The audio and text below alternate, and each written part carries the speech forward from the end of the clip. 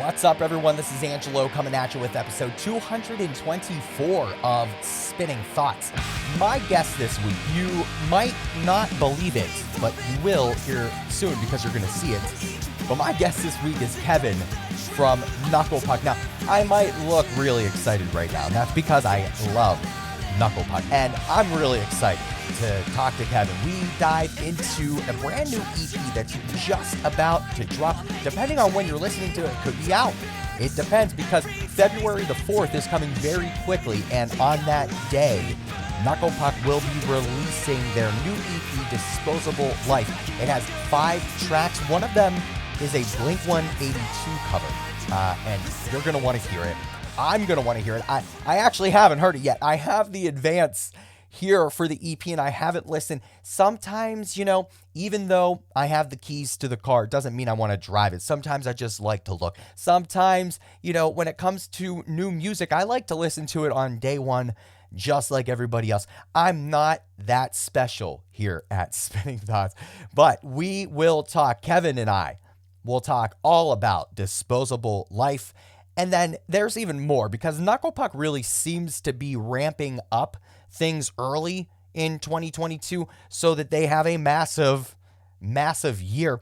They are going on what I would say is one of the best winter, spring 2022 tours, headlining tours for Knuckle Puck. It's one of the best going on. They have special guests, Hot Mulligan. So, there's that. And then they also have Meet Me at the Altar. And to round it off, because as if that wasn't enough, Anxious is going to be playing. Now, if you don't know about Anxious, you need to get that into your life. I think they're from Connecticut. I think that I see the CT at the end of their social media handles. They just released on January the 21st an amazing album, Little Greenhouse. I'm going off of memory. I hope it's right. It's really a good album. I've listened to it from start to finish once or twice. Can't wait to dive into it. Really cool looking vinyl as well. It looks like it's almost sold out.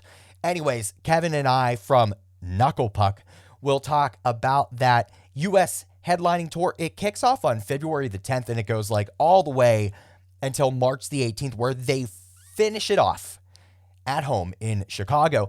And as if that wasn't enough, it's not. Knuckle Puck and Hot Mulligan then are going to head to the UK and Europe in May to tour around there, because why not? And they are going to play at Slam Dunk for the 3rd or 4th or 5th time. And apparently there's all kinds of awesome memories and experiences that Kevin has had at Slam Dunk.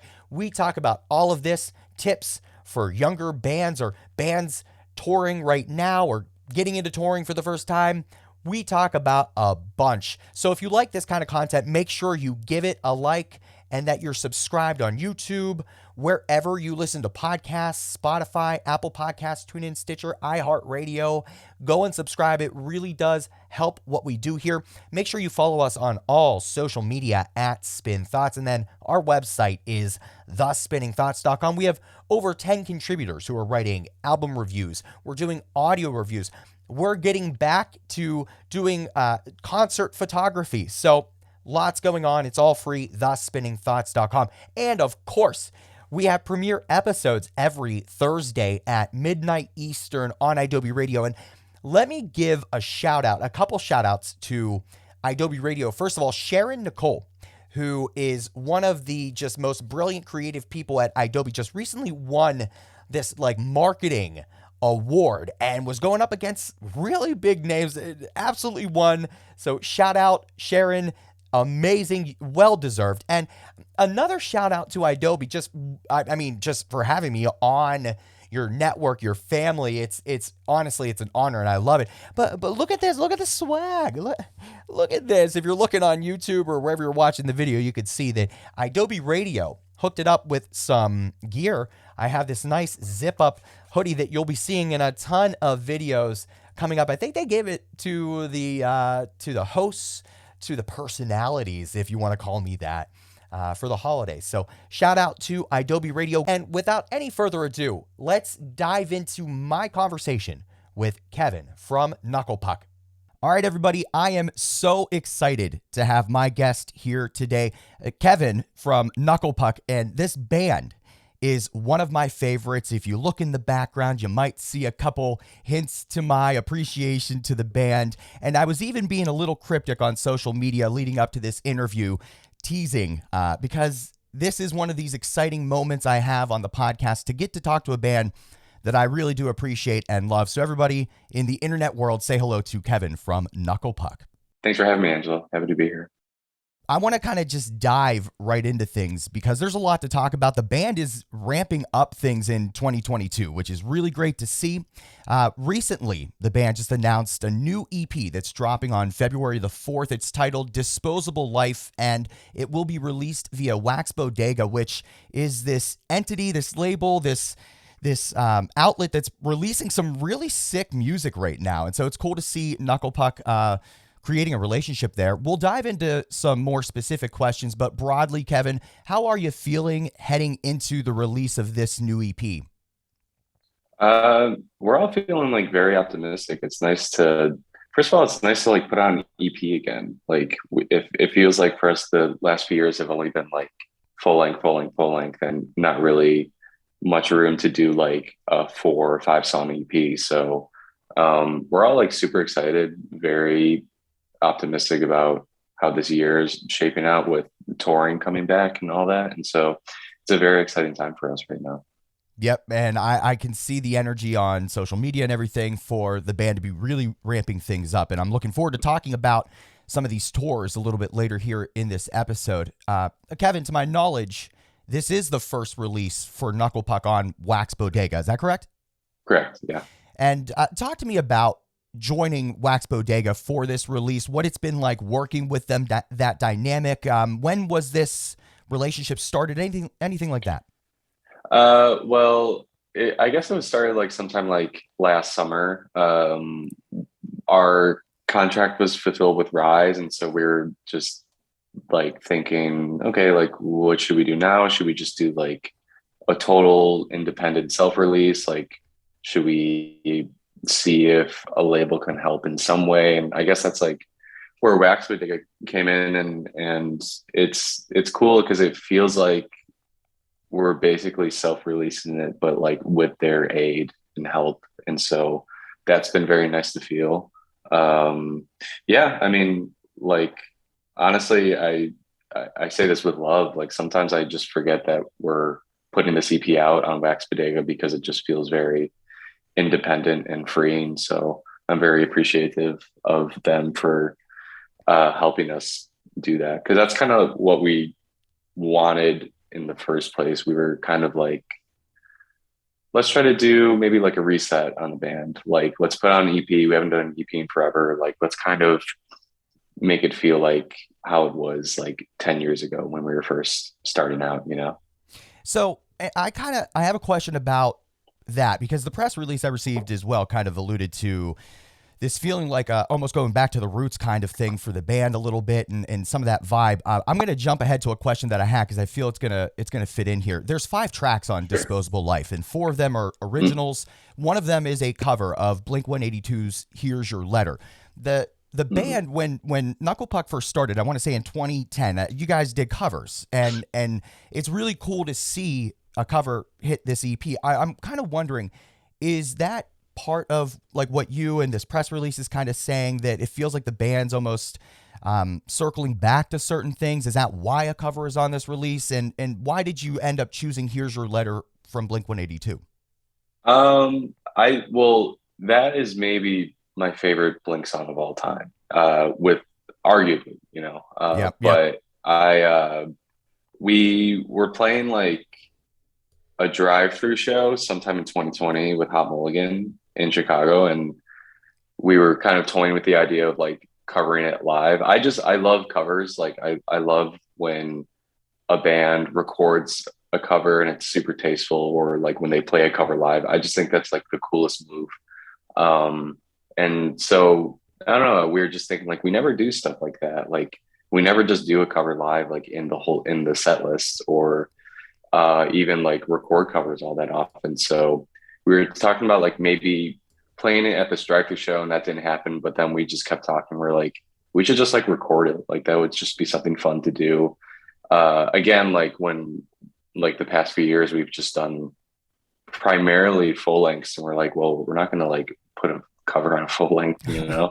um, but so yeah, we were just like kind of like toying it, like the idea, and just thinking about it, and then when it was shaping out that we were going to do an EP next, I was like, well, this is like a good opportunity to put a cover on here, you know, and especially like a band that's like super important to all of us, and especially to me. And um, yeah, and like when we first started, like you said, we only had like, I don't know, maybe like 4, 5 songs that we wrote, and then the rest were just like covers. Like we would cover like Tell That Mick by like Fall Out Boy, you know, or like My Friends Over You, something like that.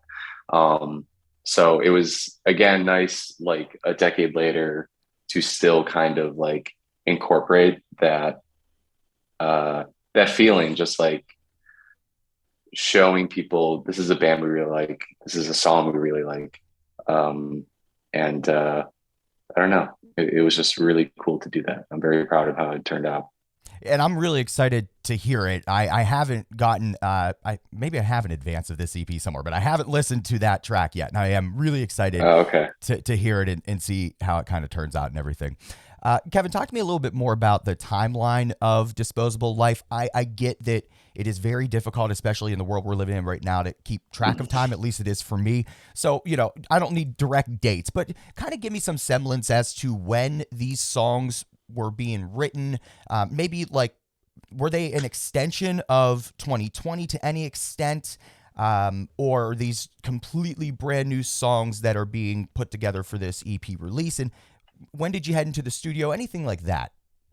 It was like entirely separate from 2020 because we had recorded 2020 in like December of 2019, actually. So we were done writing and recording those songs for like a while. And then it came out like late 2020, the year. And so I think we started writing Disposable Life stuff probably late 2020. And then for the most part, it was like throughout 2021.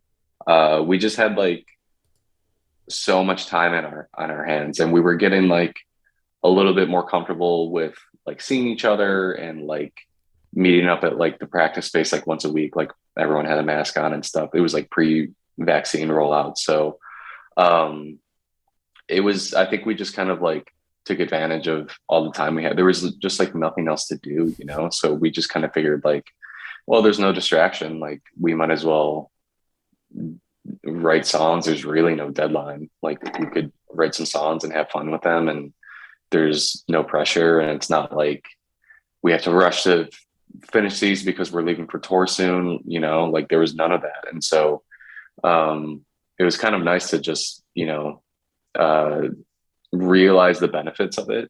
You know, there's a lot of pain and suffering, but to realize in our corner that we could, use this to our advantage, the time that we had on our hands now. And we recorded it in August of 2021, I think. Yeah. And that's like basically the timeline that it took to begin writing it, and then to when we recorded it. How does Knuckle Puck approach writing new music? And I get that that's maybe a hard thing to quantify, but maybe specifically when it comes to this EP. And, you kind of referenced the dynamic of being a band in this climate with COVID, and how that can be pretty challenging. I mean, what was it like in this setting? Was it a lot of memo notes going back and forward through the band? Was it actually coming together in a space? I know you mentioned a little bit about that, but was this writing process any different from any other release or anything like that? Not necessarily. I mean, we like usually like a KP song will start with like someone has like a riff or like an idea or like a single part, and then you bring it to practice, and then we just kind of flesh it out. Or like Joe or Nick will like have a riff, or like something a little bit fuller, like a verse and a chorus or something, and they'll just like demo it at home and show it to us and be like, this is what I have so far. Like, let's try to work on it. Um, so it's still, even like throughout COVID, it still stayed like very collaborative. And um it was still nice just being able to see each other in person. Um, for the most part, our guitarist Nick, he actually lives in LA. So throughout most of the pandemic, we didn't see him a whole lot with like flying and stuff like that. Yeah. But um, it was still very much the same now that I'm thinking back on it. So I, I'm very grateful that not much of it changed throughout COVID. It's a tried and true process, I guess, for the band. And Yeah, so why fix yeah. something that is not broken?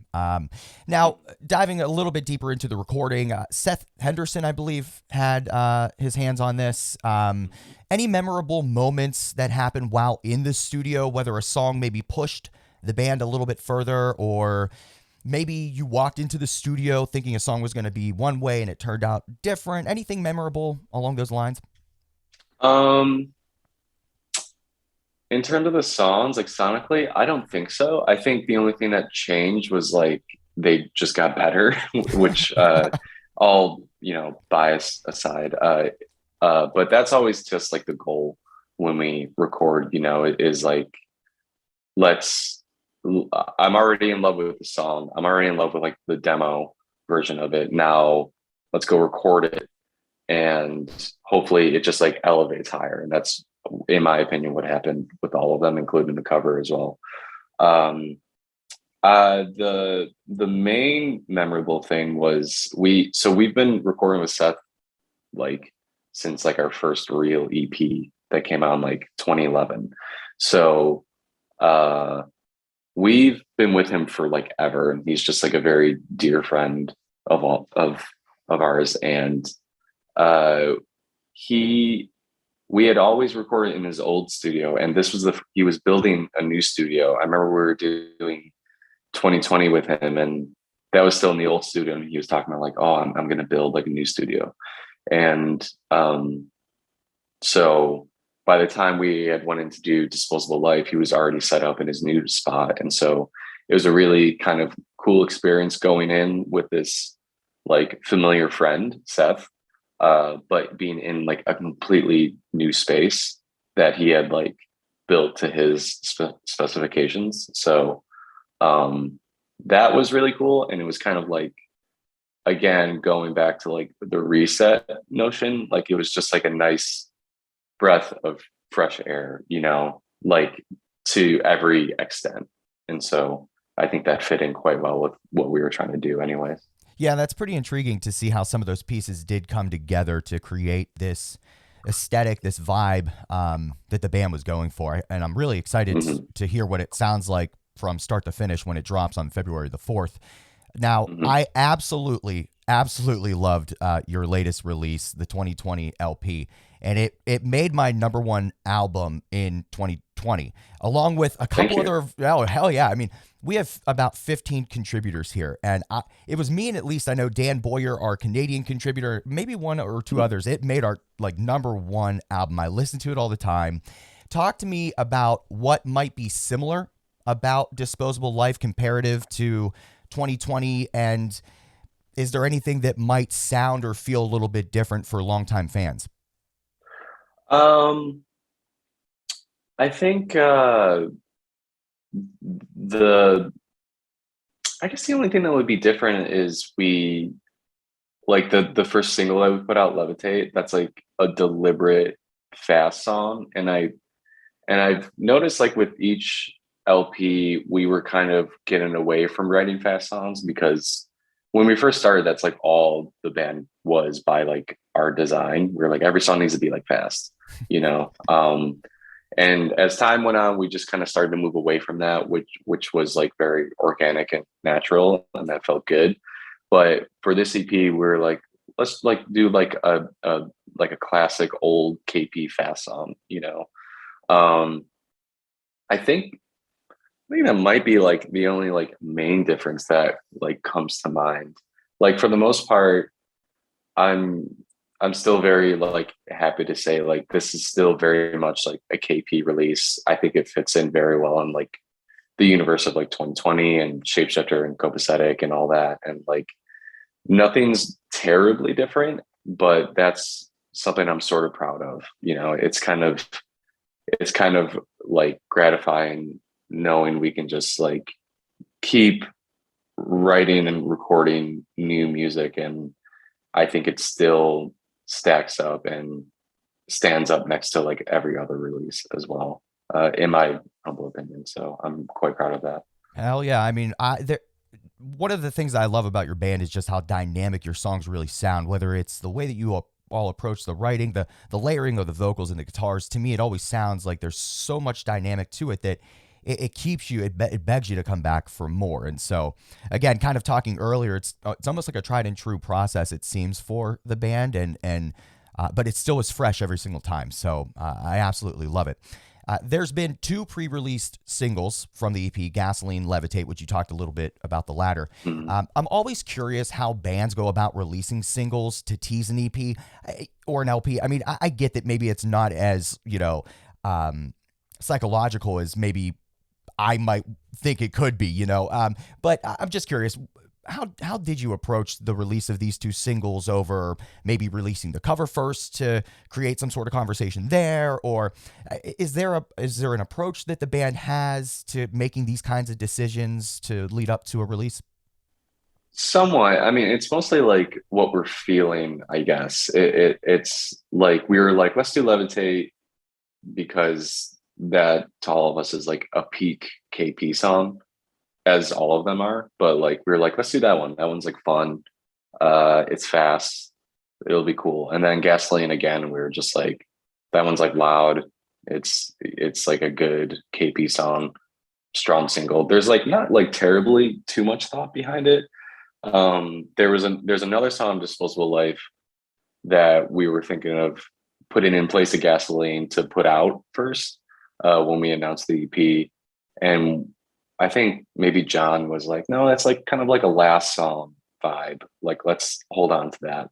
So like psychologically speaking, there's some of that, but like with us, there's not much of it. There's just like, it's just kind of like what we're feeling, I guess, at the time. I watched this video, I think it was on Mark's Twitch or something. He was talking about like how Blink would pick singles, and he was trying to guess like which single came out first, for I think Take Off Your Pants and Jacket.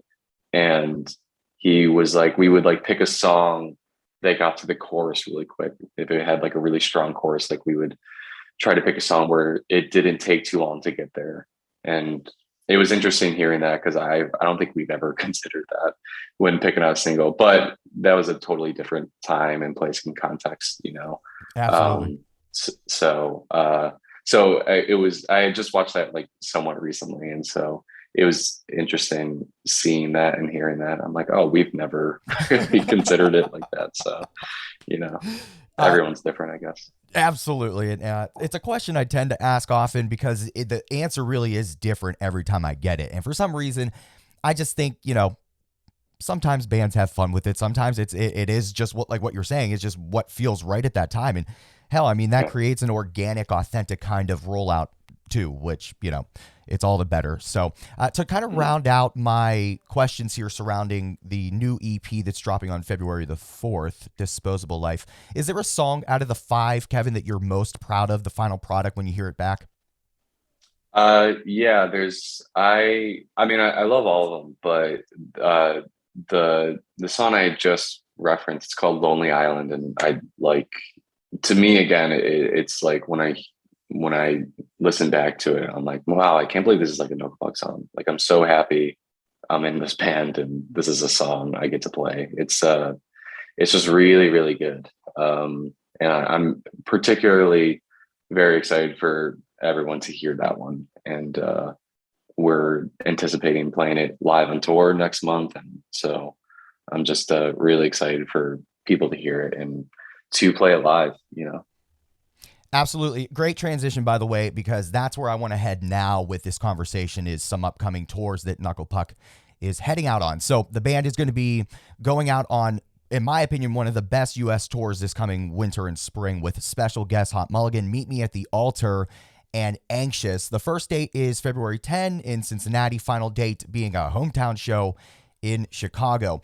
I've got a couple things I got to say before I get to my questions. So, Oh couple yeah, sure. things. Take your time. Number one, I just want to give a shout out to Meet Me at the Altar for getting on the When We Were Young Fest lineup. I know there's been a lot of conversation around this fest, but it's a well-deserved placement for that band. Also, Absolutely. I have to mention, Anxious just dropped a banger of an album Mhm. just days ago, Friday the 20 or January the 21st. It's titled Little Greenhouse. It came out via Run for Cover Records. And seriously, people are talking about this. I'm really excited to continue listening to this album. I implore people to check this out, especially if you're going to go and check out Knuckle Puck. This is a hell of a lineup. And I think Anxious being on this is going to really just help them continue with their trajectory. So anyways, to get to the question now, Kevin, just talk to me a little bit about the excitement heading back out, getting out on the road, going out on this kind of tour with these kinds of bands. I mean, how you feeling heading into it?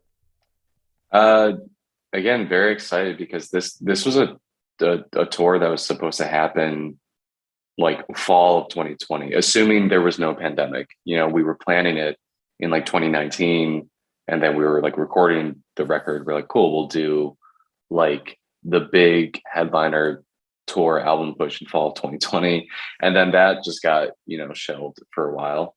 Um, and so for us, it's just been like a highly anticipated tour, and I'm super excited that it's finally happening, and we have the bands on it that are on it, like three very incredible bands. Like they're probably the three bands that we like in our like scene umbrella that we're the most excited about. And it's for me, it's I think one of my most favorite headlining tour lineups that we've ever had. I just think it's so cool, and I'm just like really proud of how it came out, and I'm so excited for it to finally start. Like I was just with um our merch guy Mello last night, and we were like, oh my god, we're like leaving for like a 5-week tour Yeah. in like 2 weeks, and we haven't done this in 2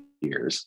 So that is like another aspect of it, another like head trip. Like we're like, wow, we like legitimately haven't done this in 2 years.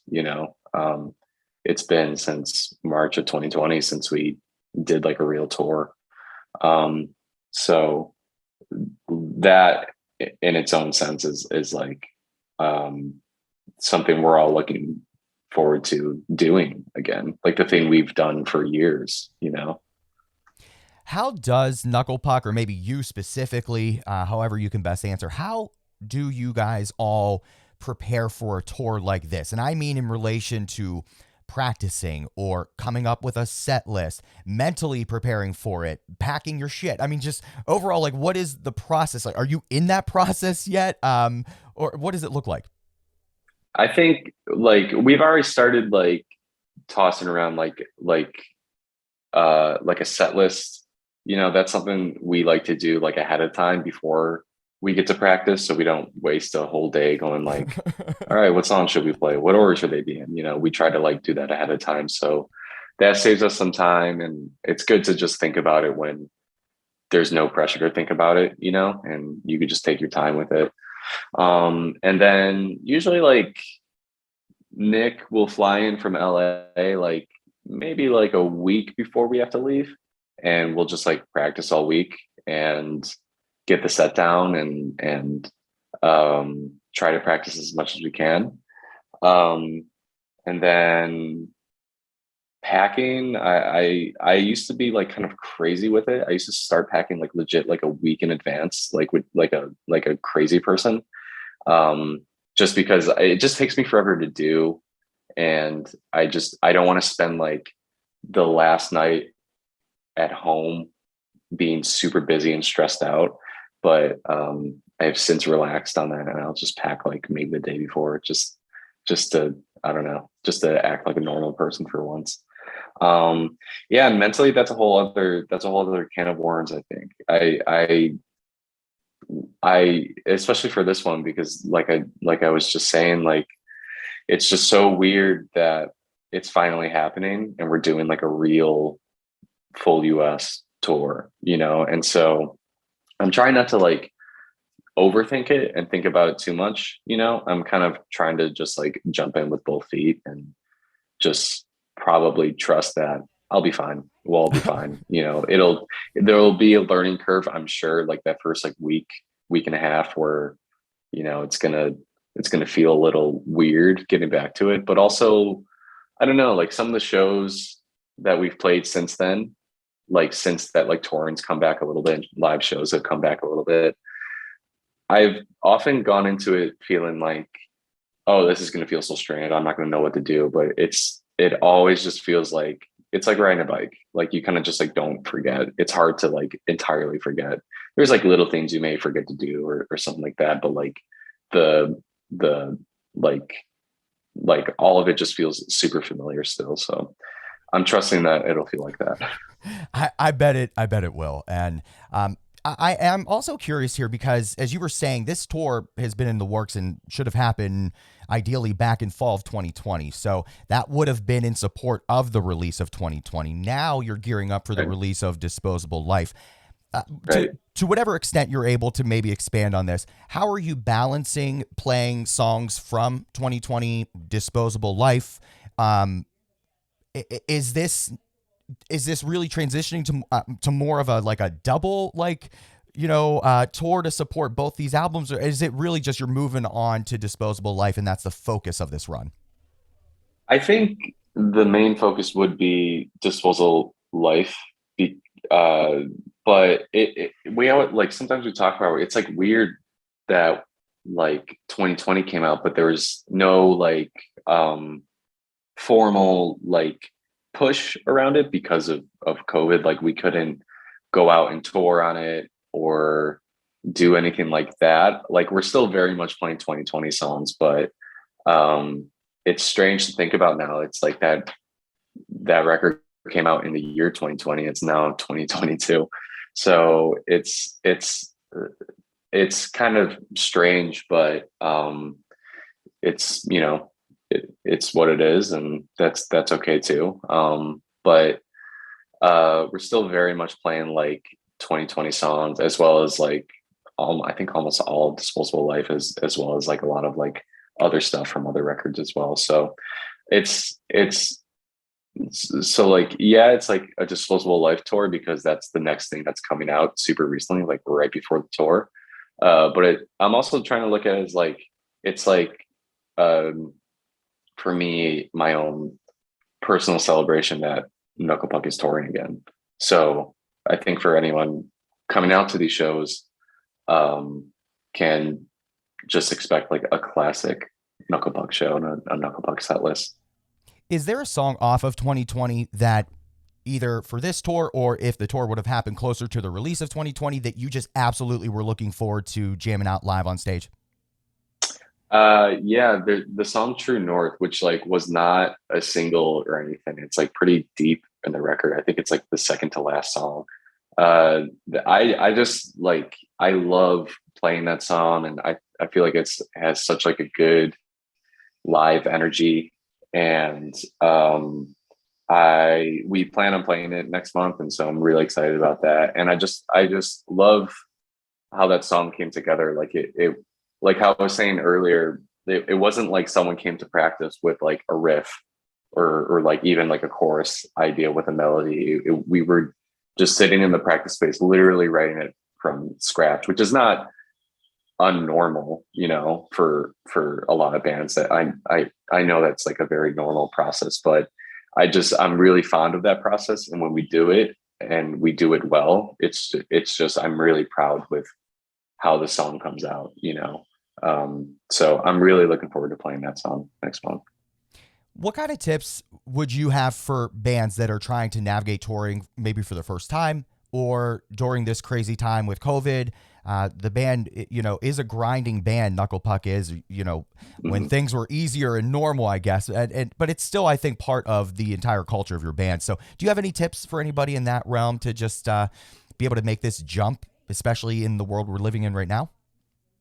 Yeah, I guess I would say, it's a great question. I don't know. I don't like. I don't know if I can speak on like the COVID part. I feel like it would have to be so difficult to work. It's like difficult for us to work around it right Yeah. now. You know. Yeah. So if you're just starting out trying to get into touring, I can't even imagine how tricky that might be. So I commend you if you're trying to do that. It's definitely doable though. I guess try to like save as much money as you can. Like it that to us, like when we first started, like we were very frugal with our money, and I think kind of strategic about it, and I think that really helped us in the long run because we were able to make money and save money like along the way by uh being like frugal with our spending, and that honestly helps a lot. So try to be mindful of that, and also like just try to like, it sounds so cliche, but like just like have fun. Like when we were when we were just like starting out, like I I didn't have like any expectations. I don't think any of us did. I was just so happy to be there doing it, like I was I had like nothing to lose, and I was just so happy for literally any opportunity that was thrown our way. Um I think I was listening to a podcast with like an actor, and like he was talking about getting into acting. Someone asked him like a similar question, like, do you have any advice for like young actors, actresses? And he was like you have to ask yourself the question, like, would you do it if you weren't getting paid? Like, would you do it if you were doing it for free? Would you still be doing it? And that's how I kind of feel about music and touring, and like, yeah, it's like I would still be doing it in some capacity, even if there was no money to be made. um so I think that's I guess like an important question to ask, like in the very first place, before you put all this time and energy into this thing, like, would you still be doing it? Like, could you not keep yourself from doing it? So yeah, I don't know if that's a practical advice for getting into touring, but I think that's got to be there in the first place, the love for it. I think that that's a beautiful way to kind of approach it, and certainly it has to be something that you're dedicated to, passionate about, because I know that, at least me personally, this is episode 224, and so I've done a lot of these, and I talked to a lot of bands about touring, and I've learned throughout 224 episodes that that touring is a grind, and it's not as glamorous as I once thought it was before I really Hmm. had conversations with people who told me about it. And so Yeah. now more than ever, people need to go out, be safe, go out to shows, support your bands, get tickets, tell your friends about it, so that we can continue to be in our space and have some good times. And that leads me to one of my final questions here for you, Kevin. And this is just kind of an extension to some of the questions I had about the U.S. tour, because now Knuckle Puck and Hot Mulligan will also be heading to the UK and Europe starting in May, with an appearance at Slam Dunk as well. So that's really exciting. Number one, have you guys ever done Slam Dunk before? That's question number one. And what is it just like to tour internationally, if there is a difference between that and the US? I'm sure there is. Yes, we have played Slam Dunk a few times before, and it's like still one of our most favorite festivals to ever play. Like every time we play, it's just like the most fun time. The lineup is always really good, and some of my fondest memories on stage and live are from Slam Dunk, honestly. Um, and so we are like just over the moon to be playing it again, and to just generally be touring internationally again, like to be going back to Europe and the UK. It's just like such a luxury that we're super grateful for, especially now. Um, I'm sorry, what was the follow up question again? What Uh, was that? what's the difference, if there is a difference, between touring in the US and internationally? And of course, I mean, there's I think things that just you have to fly over there, and I'm sure packing and bringing the equipment is a lot different. But when you're actually over in the UK and Europe, is it different? Do you approach things differently over there? What is that experience like internationally? I guess like not really. Like it's still like very much the same gist, I guess, you know.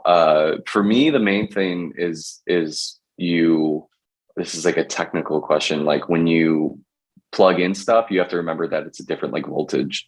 And like Oh, I so never even like thought about that. we'll rent these like power converters, and they're these big heavy blocks, and you plug in to that, and then you plug in the power converter into their outlet.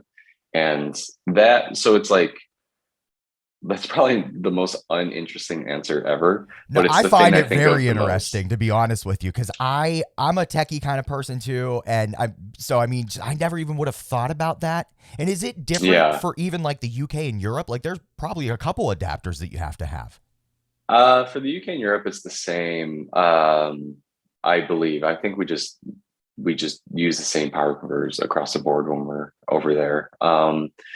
Besides that, I guess like it's like the UK is a little bit different because like mostly everyone speaks English anyways, but like it's kind of cool being in like Europe and like Belgium or like like Germany or what have you, and like um I don't know, it's just like kind of uh it's just fun playing your music in front of people who like have an entirely different culture than you, and who their life experience is entirely different from yours. And it's just taking a step back and like recognizing that like a lot of it's just the same. Like a lot of it is, you know, you wake up at the hotel, you drive, you load in, you play the show, you leave, you go to the hotel, you do it all again.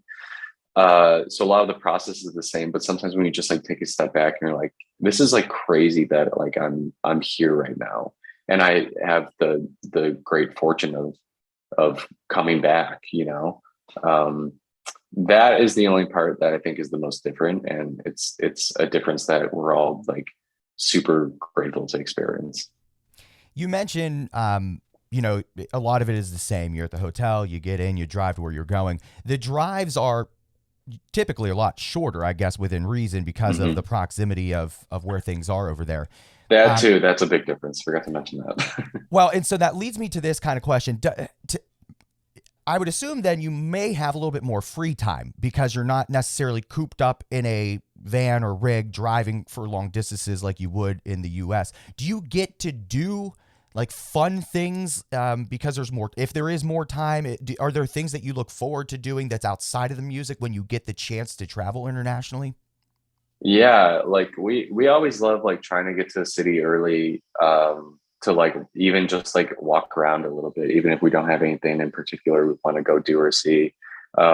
We all just really like exploring cities and like where we're at, and like the drives are shorter. So if we do have an off day, it's like because the drive is only like maybe 4 or 5 hours long.